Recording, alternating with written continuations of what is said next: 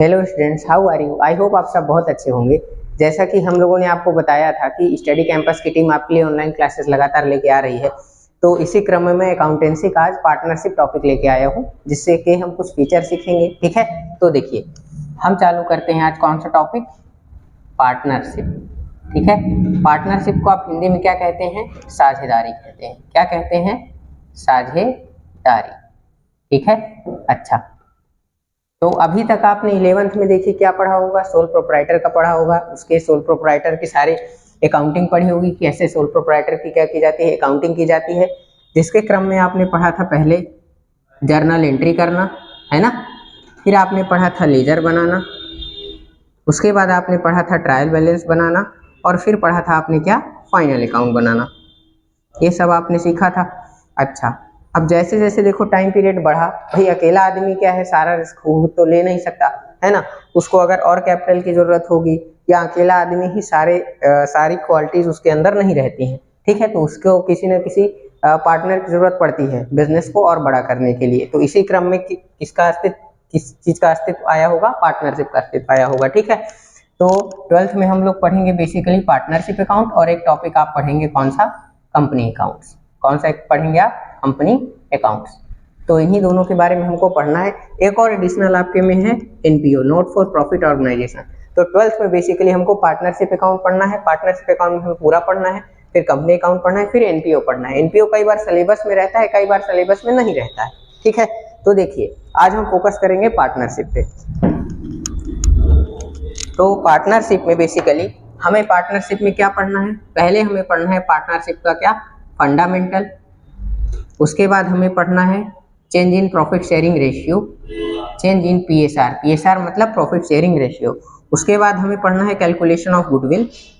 एक चीज ध्यान रखिएगा, ये सारी क्लासेस आपके सीयूटी के एग्जाम पर्पज के लिए वो बहुत ज्यादा यूजफुल होने वाली है। ठीक है, क्योंकि इसमें सारा सिलेबस 12th का ही लगभग रहता है। ठीक, तो इसमें हम क्या देख रहे हैं, कैलकुलेशन ऑफ गुडविल है। उसके बाद हम क्या पढ़ेंगे, admission of partner, admission of partner. फिर हम देखने वाले हैं रिटायरमेंट या डेथ ऑफ पार्टनर, और उसके बाद हम देखेंगे डिसोल्यूशन ऑफ पार्टनरशिप फर्म। क्या देखेंगे? Dissolution of partnership firm. तो इतने टॉपिक हम कवर करेंगे। तो आज हम फोकस करते हैं पार्टनरशिप के फंडामेंटल के बारे में। ठीक है, मतलब साझेदारी का आधारभूत परिचय। अच्छा, देखिए एक चीज ध्यान रखिए, जो थ्योरेटिकल पार्ट है इसका पार्टनरशिप का, आपके 11th में थ्योरेटिकल पार्ट जो आपने पढ़ा था उसी का हमें यहाँ प्रैक्टिकल या न्यूमेरिकल पोर्शन यहाँ पे पढ़ना है, कवर करना है। ठीक है, तो सबसे पहले हम देखते हैं पार्टनरशिप क्या है। पार्टनरशिप, देखिए पार्टनरशिप के लिए ध्यान रखिएगा क्या बना है, पार्टनरशिप एक्ट बना है 1932। कौन सा एक्ट बना है? साझेदारी अधिनियम 1932। अब इसकी जो डेफिनेशन दी गई है पार्टनरशिप की, वो किस में दी गई है? 1932 सेक्शन 4, इंडियन पार्टनरशिप एक्ट 1932 के सेक्शन 4 में दी गई है कि partnership is the relation between two और मोर पर्सन, मतलब साझेदारी क्या है, दो या अधिक लोगों के बीच का क्या है, संबंध है, जहां पे कोई एक अथवा सभी लोग क्या करते हैं, बिजनेस को चलाने के लिए सहमत होते हैं, और जिसका लाभ या हानि, प्रॉफिट शेयरिंग क्या होता है, सब में आपस में बांटा जाता है। ठीक है, तो इसके लिए कम से कम कितने मेंबर होने चाहिए? मिनिमम 2 मेंबर होने चाहिए। ये ध्यान रखिएगा, कितने मेंबर होने चाहिए? मिनिमम 2 मेंबर्स होने चाहिए। ओके, अगर हम बात करें मैक्सिमम नंबर की, अगर हम बात करें मैक्सिमम नंबर की, तो पहले क्या था, देखिए पहले आपकी जनरल पार्टनरशिप और थी बैंकिंग पार्टनरशिप। दो पार्ट में बांट के बताया गया था, जो कि किसमें बताया गया था? कंपनीज एक्ट 1956 में। किसमें बताया गया था? कंपनीज एक्ट 1956 में। कितना बताया गया था? जनरल पार्टनरशिप में 20 और बैंकिंग पार्टनरशिप में कितने? 10। लेकिन जब आपका कंपनीज एक्ट 2013 आया तो वहां पे क्या बताया गया? Maximum number. ये ध्यान रखिएगा, जब कंपनीज एक्ट 2013 आया, कंपनीज एक्ट 2013, कहीं पर भी पार्टनरशिप एक्ट में मैक्सिमम जो आपके नंबर ऑफ पार्टनर है उसका डिस्कशन नहीं किया गया है, इसमें डिस्कस किया गया है कंपनी एक्ट में। तो कंपनी एक्ट 2013 में जो आपके नंबर ऑफ मेंबर बताए गए हैं वो कितने होने चाहिए? 50। कितना कर दिया गया है ये? 50। कितने मेंबर होंगे? मैक्सिमम 50। तो मिनिमम 2 और मैक्सिमम 50, ये पुराने के अकॉर्डिंग था, ये नए के अकॉर्डिंग है, आपका कंपनी एक्ट 2013 के अकॉर्डिंग। अब हम देख लेते हैं इसके कुछ फीचर पार्टनरशिप के। ये तो हो ही गया आपका नंबर ऑफ मेंबर। तो पहला फीचर मैंने आपको बेसिकली बता दिया कि क्या रहेगा, 2 और मोर पर्सन होना चाहिए, 2 या 2 से ज़्यादा पर्सन रहने चाहिए, 2 और मोर पर्सन, और वैलिड बिजनेस, वैलिड मतलब कि वैलिड या लीगल बिजनेस होना चाहिए। मेंबर के बारे में मैंने आपको बताया ही कितने पर्सन रहेंगे, मिनिमम 2 और मैक्सिमम अभी हमने डिस्कस किया। और हमारे पास क्या हो रहेगा, एक वैलिड या लीगल बिजनेस होना चाहिए, कोई इलीगल बिजनेस नहीं होना चाहिए, ठीक है। और बात करें कि प्रॉफिट शेयरिंग रेशियो की, या प्रॉफिट शेयरिंग या लॉस शेयरिंग, मतलब अगर बिजनेस में किसी तरह का कोई प्रॉफिट होगा या लॉस होगा, उसको सारे पार्टनर क्या करेंगे, बियर करेंगे, आपस में बांटेंगे, ठीक है। जो कि रेशियो पे डिपेंड कर सकता है, या कि किस पे डिपेंड कर सकता है, उनके एग्रीमेंट पे डिपेंड कर सकता है, या कोई एग्रीमेंट नहीं होगा तो इक्वल प्रॉफिट शेयरिंग रेशियो यहाँ पे पार्टनर के बीच में रहेगा, ठीक है। और अगर बात करें हम बिजनेस की, बिजनेस मैनेजमेंट की, कि कौन मैनेज करेगा, तो सारे पार्टनर इसमें पार्टिसिपेट कर सकते हैं, कोई एक पार्टनर भी कर सकता है या सारे पार्टनर भी क्या कर सकते हैं, बिजनेस को मैनेज कर सकते हैं, ठीक है। मतलब सभी का रोल इसमें थोड़ा बहुत रहेगा, सारे वोट करेंगे, सबको इक्वल वोटिंग राइट रहेगा कि भाई डिसीजन लिया जाएगा तो सबकी सहमति से लिया जाएगा, ठीक है। और एडमिशन वगैरह अगर किसी पार्टनर का होना है, कोई नया पार्टनर अगर एडमिट हो रहा है, तो क्या रहेगा कि भाई सारे पार्टनर जब क्या होंगे, एग्री करेंगे, तभी क्या होगा, यहाँ पे पार्टनरशिप एडमिशन के लिए आपको क्या जरूरी है, एग्रीड बाई ऑल पार्टनर्स, ठीक है, ध्यान रखिएगा, एग्रीड बाई ऑल पार्टनर्स, ठीक है। तो इसमें 2 या 2 से ज़्यादा 2 और मोर पर्सन होने चाहिए, वैलिड लीगल बिजनेस होना चाहिए, प्रॉफिट शेयरिंग लॉस शेयरिंग करेंगे ये सारे पार्टनर, बिजनेस मैनेजमेंट भी करेंगे सारे पार्टनर, और एडमिशन जब सारे पार्टनर एग्री करेंगे तब जाके किसी पार्टनर का क्या होगा, नए पार्टनर का एडमिशन होगा, ठीक है। तो ये क्या था, इसका कुछ इंपॉर्टेंट फीचर था। अब हम बात करते हैं कैरेक्टरिस्टिक्स की। एक और इम्पोर्टेंट फीचर इसका समझ लीजिए, जिसको हम बोलते हैं सेपरेट एंटिटी, ठीक है। क्या बोलते हैं हम, सेपरेट एंटिटी।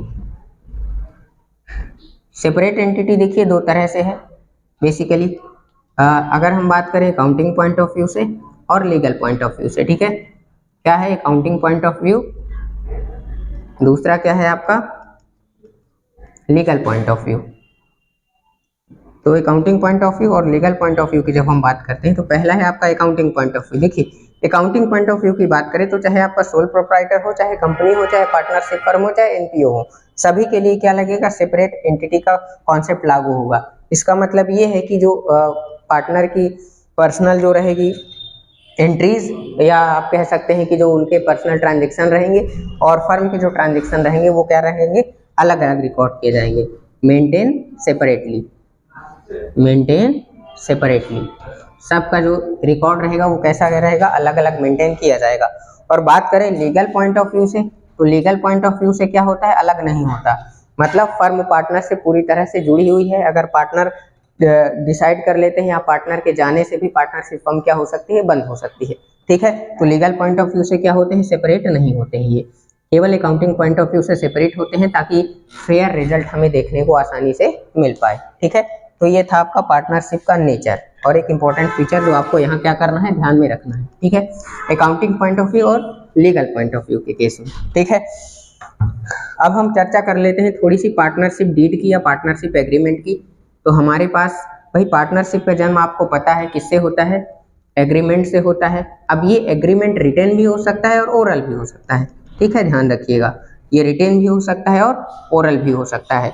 अगर यही एग्रीमेंट रिटन में है तो इसको क्या कहा जाएगा, पार्टनरशिप डीड कहा जाएगा, और अगर ओरल में है तो इसे पार्टनरशिप डीड नहीं कहा जाएगा। देखिए बेहतर ये होता है कि पार्टनरशिप डीड क्या रहे, लिखित रूप में रहे, रिटन रूप में रहे। अगर रिटन में रहेगी मतलब लिखित रूप में रहेगी, तो ये भाई कोर्ट में वैलिड प्रूफ की तरह भी इसको क्या कर सकते हैं, प्रेजेंट कर सकते हैं, और सारी बातें लिखी रहेंगी। मान लीजिए कोई पार्टनर के बीच में डिस्प्यूट हो गया या विवाद हो गया, तो उस केस में भी क्या होती है, डीड से बहुत ज़्यादा हेल्प मिलती है। और अगर ओरल में है तो बहुत सारे इसके डीमेरिट्स होते हैं, बेनिफिट बहुत सारे नहीं मिलते पार्टनरशिप फर्म को। जैसे अगर आपका पार्टनरशिप एग्रीमेंट रिटन में नहीं है, ओरल में है, तो पहला देखिए जो आपका डीमेरिट रहेगा वो रहेगा कि फर्म जो है किसी के ऊपर केस नहीं चला सकती, मतलब पार्टनरशिप फर्म किसी अदर फर्म के ऊपर केस नहीं कर सकती।